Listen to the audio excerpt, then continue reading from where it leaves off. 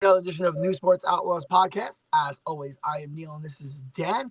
And Dan, to set the plate for you today, we have all our normal topics. There's not that much beef on any of the topics.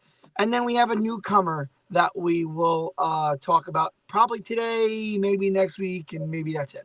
How are you this week? Yeah, you said it. It's kind of light week compared to last week where there was a lot of NFL. There was some Yankees. There was a little bit of Knicks. But we don't really have much NFL. There really wasn't much that happened this past week.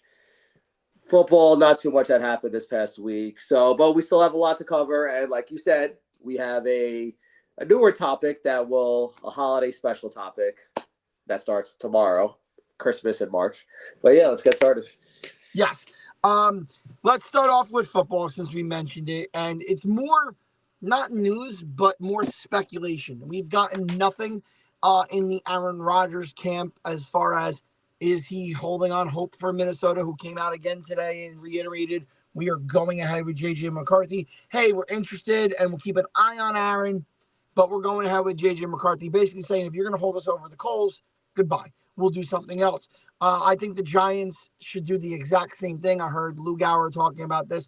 Not Lou Gower. It was somebody else. Now I can't remember who it was. Talking about this on WFAN that the Giants should do the same thing. And they should say it definitely wasn't Lou Gower because I know he still wants Aaron. Somebody else was talking about they should say, "Hey Aaron, peace.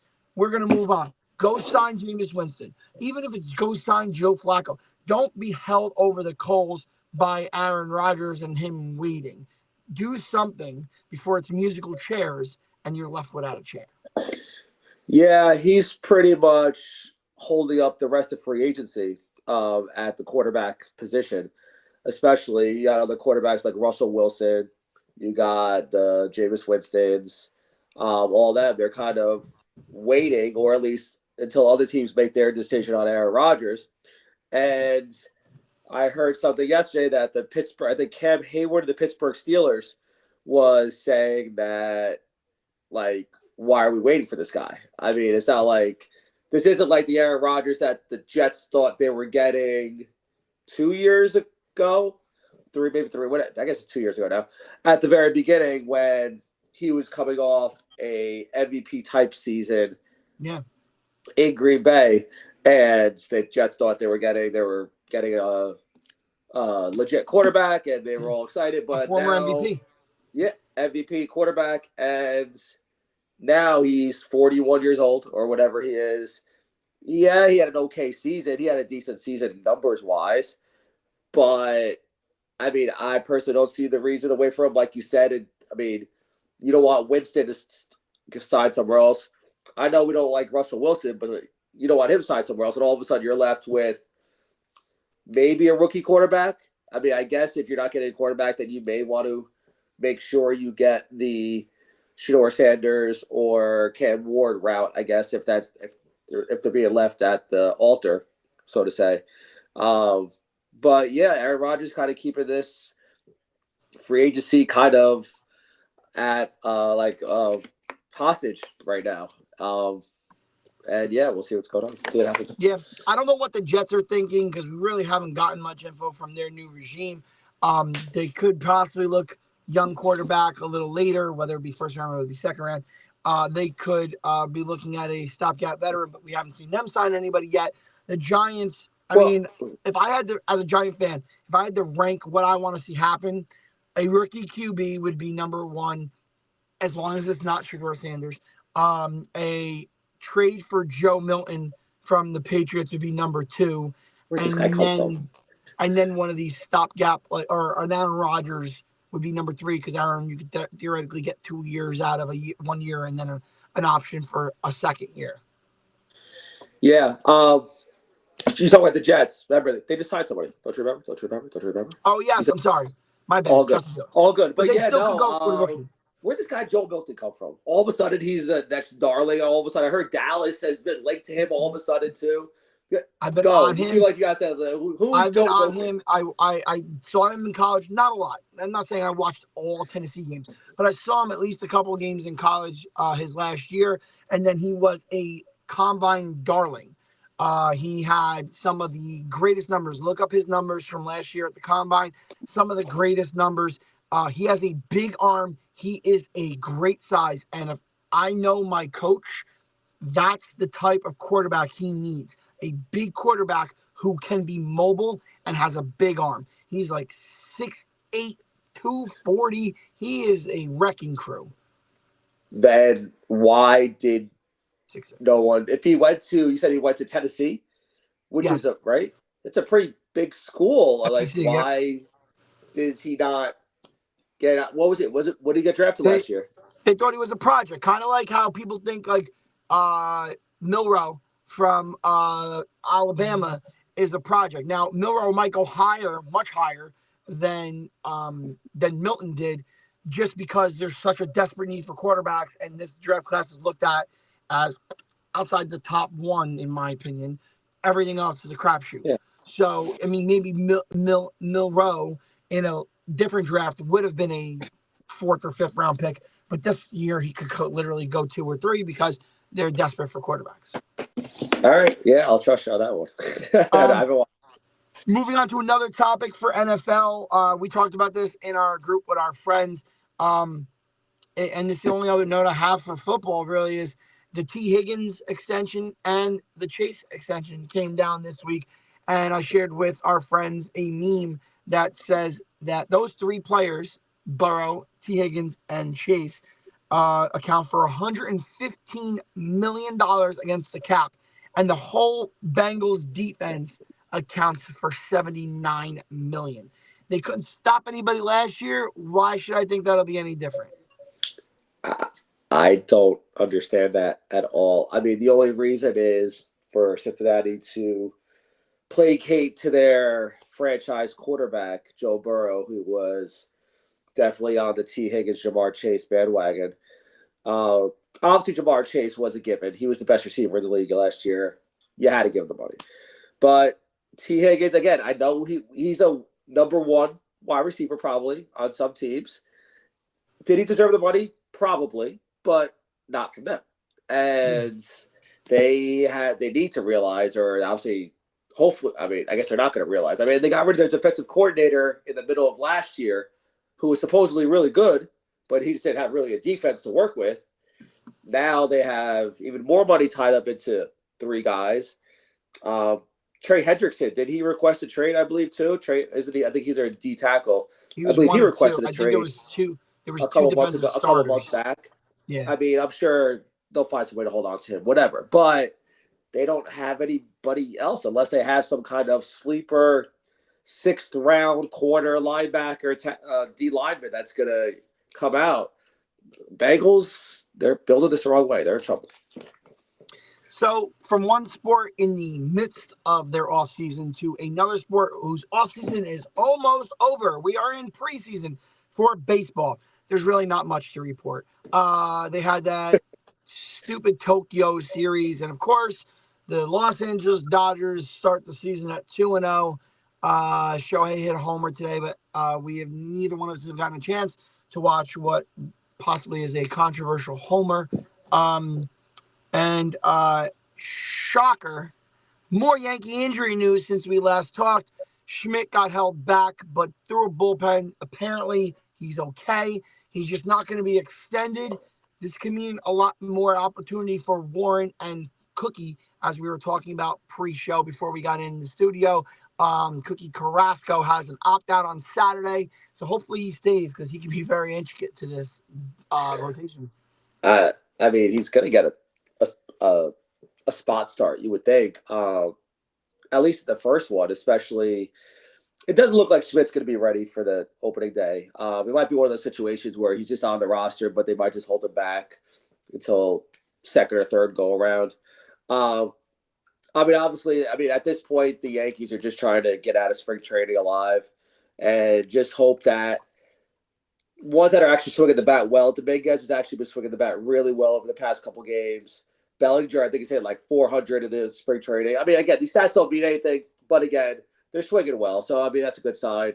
And just hoping just to get out just alive, like you said, with hopefully with a good enough lineup, good enough rotation, so that we can actually start to play some games next Thursday. Yeah, and what you were telling me pre-show, what did you see online earlier today? Reported by the Athletic. Oh, I mean, apparently they're looking for a third baseman. Otherwise, obviously, I mean, it's not really. I guess it's not really a hot take or a shocker, but like, apparently the Athletic put out that along with Oswaldo Cabrera, they're kind of trying to find another third baseman.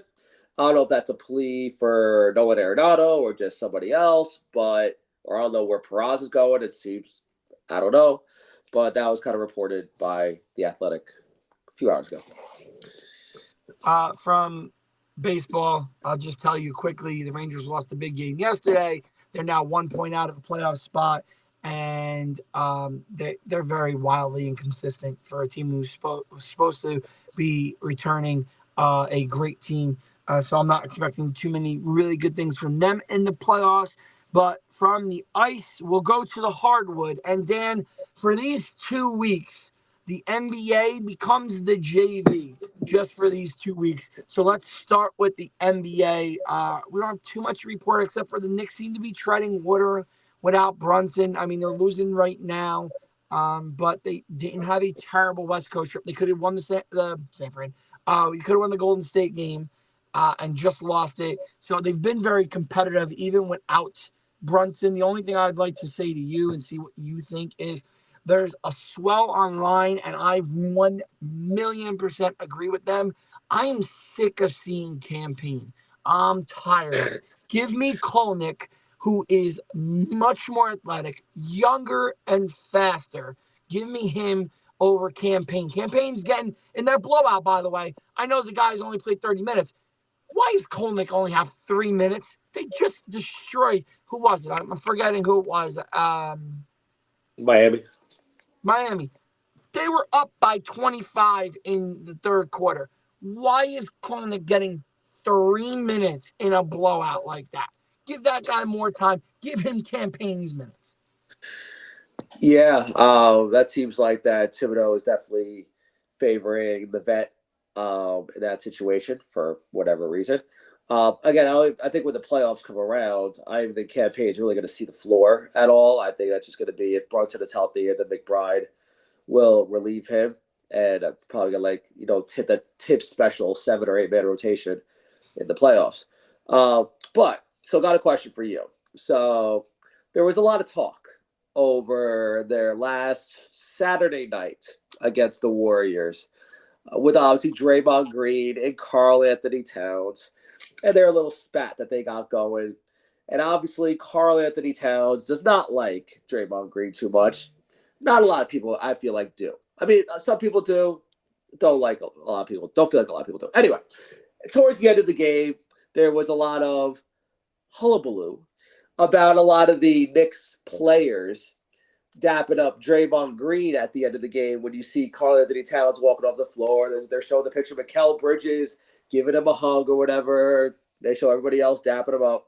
Do you have a problem with all the other Knicks, since we know that Cat hates Draymond? Because, I mean, and rightfully so, Draymond had some really messed up things to say, especially, I mean, while he was out, he was afraid to face Jimmy Butler, whatever it was.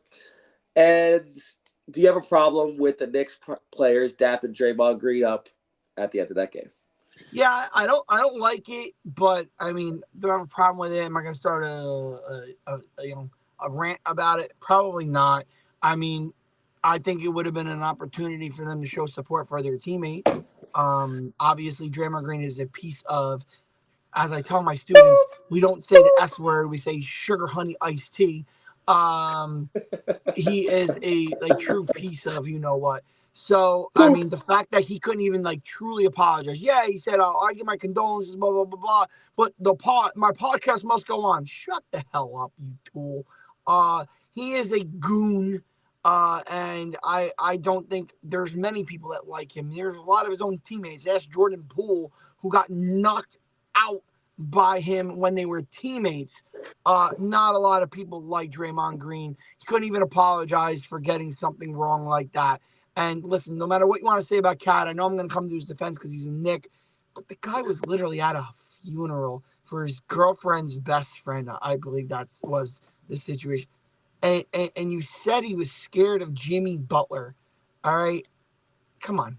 He's just he's just a piece of garbage. I have no Well, use for Draymond Green. I would have liked the Knicks to show camaraderie and come to his defense and basically flip him off. But you know how the sports are nowadays. No one outside people like Draymond Green. Most of the people are like, "Oh, I love you. You love me. We're not gonna fight." Like, give me back to the '90s where people were clotheslining each other. yeah, just to finish that up, Draymond Green's kind of like, I don't want to compare him because he's nowhere near the skill level. Dennis Rodman light or Ron Artest light, meaning that he's if you look at his numbers, he's nowhere near a Hall of Famer, but he's gonna make the Hall of Fame because of the way he acts. He's found his way. He knows he's not skilled enough to compete with these guys. Obviously, he's a really skilled guy. It's in the NBA, but he's gonna make the Hall of Fame because of his way that he can, like he did play defense. He did make all defense a bunch of times, but he's making the Hall of Fame because he's a goon. And not saying he doesn't deserve it. He does. He was part of that dynasty, but he's played to get under people's skin. Cat is a little bit on the sensitive side, so I mean he's definitely taking advantage of that. But again, obviously Draymond's in the wrong. But I just want to see your reaction with Yeah, the no, next player. it's more I just can't stand Draymond. But yeah, no, I totally agree with you. He played his role well, and that's why he will get acknowledgement. And guess what? For some reason, we are attracted, at least media wise, to these idiots like Draymond Green, and he will 100% have a deal to go and do somebody's pregame or commentary, and he will continue to be around the game of basketball. But to continue the game of basketball, why we started with bet? Oh no, timeout. My bad, my bad, my bad. We need to check on your Brooklyn Nets. Can we have a check? We don't. No, we don't. I thought we were going to skip them. It's pretty much. I think if I looked at the previous podcast, I could probably say like the exact same things. I believe. I'm pretty sure they throw out that 8 out of 10. That loss 8 out of 10. I'm pretty sure it's there. They've won one game, so I think it's still 8 out of 10 loss. Still number 5 in the tankathon. Uh, we're not officially tanking. So all the five haters on X are all pissed off because we're not sitting everybody and their mother, but we're still losing. But it's not. But we got to sit people. Uh, yeah, we're firmly in position. 5th, 6th lottery odds where we're looking at. Um, yeah, and it's all going to depend on. Hopefully, we get one of those top 4 picks by luck. It's all And gonna that's be not. the. And Do that's they not it. freeze the envelope for the Brooklyn Nets? We are Like they. ethically tanking. The Hey, karma is on our side. We are ethically tanking. tell me it wouldn't be beneficial for the NBA to have somebody of Cooper Flag's status to be in Brooklyn, New York, for the NBA. I think that would be a good move. So maybe we freeze the envelope like Patrick Ewing. And Do it. you know what, Patrick Ewing? Patrick Ewing was an excellent, one of the best college basketball players. And although Georgetown isn't involved in the NCAA March Madness, Dan, we start March Madness tomorrow. I understand our podcast will probably be posted after tomorrow, but we are filming this on a Wednesday. Tomorrow is Christmas in March, like you called it. It is so much fun. I'm going to teach, and then on my prep and off periods, on my ball duty, I will absolutely have every single NCAA game on my laptop. It's fun and exciting. What do you think about March Madness? Yeah, no, definitely tomorrow, especially. I mean, Friday also, but tomorrow, especially, is when all of everybody's people are going to be taking off or taking half days. People are going to be taking half days right after lunch. They're going to find their local restaurant, local bar, and they're going to sit there the whole day and watch all this. And it's exciting because there's always games that are always coming down.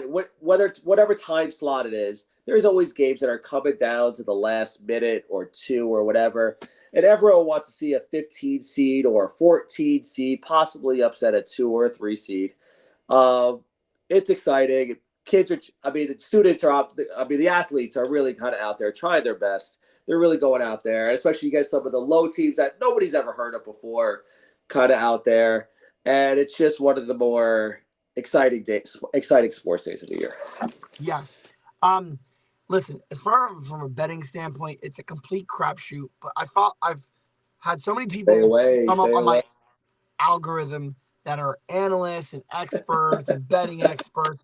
The one thing I did hear that I did like was to bet the under for total points in the first half of a lot of these games. Even like the big favorites are 1-16, or if you think there's like a 16 or a 15 or 14 that could really at least give the lower seed a game. If that's the case, it's not usually that they're scoring at will 3-3-3. It's more like the the lower seed, the 1, the 2, the 3, the 4 is struggling to score, and the higher seed is just either keeping pace or a little ahead of them. So the under hits a lot on some of these games. So that would be my only really betting suggestion. Otherwise, it's you know flip of a coin. Dan, you got any upsets for your bracket that you wanna share with us? Yeah, I'll throw out a couple out there for I believe tomorrow and Friday. I believe one is Thursday, one is Friday. I'm going to go with the old one of them, an old 12-5 matchup. I'm going to go with Liberty. I'm going to take them and their upset. Liberty seems like they just always shoot threes, and I feel like I see Liberty every year. I couldn't tell you where they are. No idea where they are. Couldn't tell you their mascot. Couldn't tell you their name. Their I couldn't tell you anything. But I know, and the only thing I know about Liberty is they shoot threes, and that's how you get upsets. You have a couple guys, one or two guys that shoot threes, and if you can make threes in the tournament, you can be in a lot of games. So I have the 12-5 matchup. I have Liberty. Oh, I did not write it down. I forgot who it was. Doesn't matter. We can look it up in a second, or I'll look it up while you're talking. The 12-5 Liberty, and I also have UNC's Liberty, Liberty.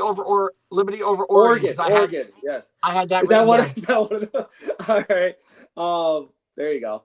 And then another one I have, especially after yesterday's matchup, I have UNC kind of beat. Oh my God, Jesus Christ! We Look at picked the you. same Yes. one. Oh my God. So I got the UNC after they destroyed their first round matchup. I have them beating Ole Miss in their first round matchup.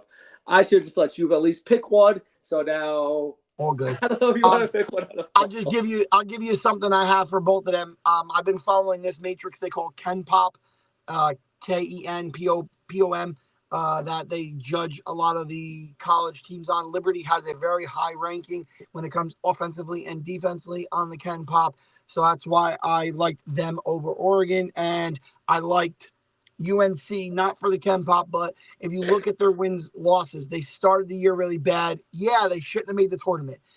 Yeah, their AD got $100,000 bonus for making the tournament, which is really wild when you consider he was on the committee that He's selected the chair. UNC. The chair. He's the Yeah. chair. So you're not telling me the other people were like, he's a good guy. Let's do him a favor and let's Let's put give him UNC in. But $100,000. needless to say, they've been really good this last month or so. I mean, the only team they really lost to was Duke. They've been on a pretty good run this last month. I think that they win. They won their playing last night, which I was talking to a friend about, and I think they win. I want to say it's Friday. So I think that happens. Dan, who do you have? Let me share mine first, so in case you steal mine for my final four. Yeah, it's your Uh, turn to go first. I have Iowa State playing Florida, and I have Duke playing Houston. Two 3 1s and a 3. I would have liked to get a 2 in there, but I really didn't like the 2s. I wanted to pick St. John's, but Florida's been so good all year. I couldn't pick against Florida. I was watching. I watched most of the tournaments, and I saw St. John's obviously, and I saw a lot of Florida. And Florida has a really good offense. And I know St. John's is known for their defense this year. I don't think St. John's has enough to get by them, even though they are really good. But so the Final Four I have Iowa State over Auburn. I have Florida beating St. John's, like I just said. I have the Dukies over Alabama, and I have a 2 seed Tennessee over the 8 seed Gonzaga in the Elite Eight. But I have Tennessee in the Final Four with Duke, Iowa State, and Florida. Sounds good. Well, we will check in because by the time we get here next week, we'll already be facing the Sweet 16. We'll be the Sweet. It goes fast. It's crazy how fast it goes. It's like 68 teams. We're going to be down to 4 by 2 weeks. And it's and they only play like. No, go ahead. What happened? No, go. I was waiting for you. Oh, no, I was going to give a PSA to any of our listeners that are still listening in minute 26. Applebee's is doing 50-cent boneless wings for takeout. I'm absolutely going to partake on either tomorrow or Friday. Go down to the local Clifton Applebee's, order it before I get down there, and get myself like 20. They're still over there at the Commons? They're still over there, kind of in that area over there? Yes, sir. Still, oh, man. Oh, good times. Good times. Yeah, we done? Dan, are we all right? Yeah, all right. Tell them what we've put out and what we're about to put out, because we've had some good things come out lately. All right. So, lately we just put out our trivia reel, and we just put out a couple trivia reels, and then we put out our Mount Rushmore reel of the top sports movies in the 4 major sports. Check that out when you get a chance. We are going to put out before first games tomorrow. Neil and I each made an Elite Eight up until Final Four, and predicted our winners. We do have different results, so that's good that we're not agreeing on it. We get to see that late tonight, early tomorrow. And definitely, we're going to get some more trivia in it. I believe Neil said he has a blind ranking that's prepared for either what we do either later this week or next week. And I think next week we'll have a lot more. So we'll have Baseball Eve kind of next Wednesday, kind of for our Thursday opening day. Maybe we'll get some more football in, but I think we're going to end up going heavy next Wednesday on baseball. We also have to do our predictions, our MLB predictions, like we've done for NBA and NFL this year. So we'll get to that next week. So we'll definitely go heavy baseball, heavy tournaments, probably, unless something comes out with the Knicks or something football-wise. I'm assuming Aaron Rodgers maybe will stop by that. Who knows? Keep following us on X, Instagram, YouTube, Facebook. Keep those comments and followers coming. So until next time, I'm Danny. This is Neil signing off.